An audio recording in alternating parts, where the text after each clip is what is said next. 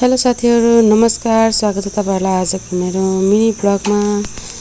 आजको मेरो भिडियो चाहिँ रहेको छ चटपटेको। यसमा यता चाहिँ मैले चटपटेको लागि सामानहरु रेडी गराउँदै छु, देख्न सक्नुहुन्छ।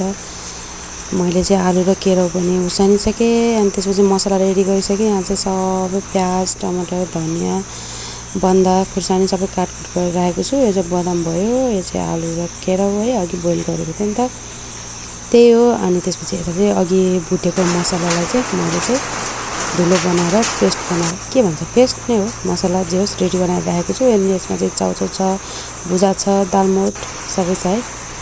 अनि सबै एक ठाउँमा एउटा भाँडामा मिक्स गरेँ। त्यसपछि यहाँ तताएर राखेको तोरीको तेल मिक्स गरेँ। अनि त्यसपछि राख्दैछु मैले चाहिँ अब कागती है, कागती मजाले राख्नुपर्ने हुन्छ।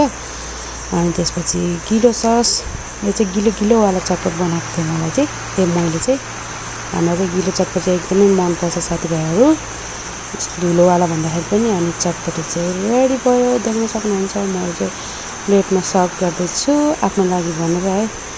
अनि म चाहिँ अब ट्राई पनि गर्न जाँदैछु। बाहिर चाहिँ मजाले पानी परिदियो साथीहरू है। अनि म चाहिँ चटपट अब ट्राई गर्न जाँदैछु। चटपट चाहिँ एकदमै मिठो भएको थियो। अब आफूले बनाएको बयान त गर्न नहुने हो, तर चाहिँ मैले गरेर एकदम मिठो थियो। Thank you for watching.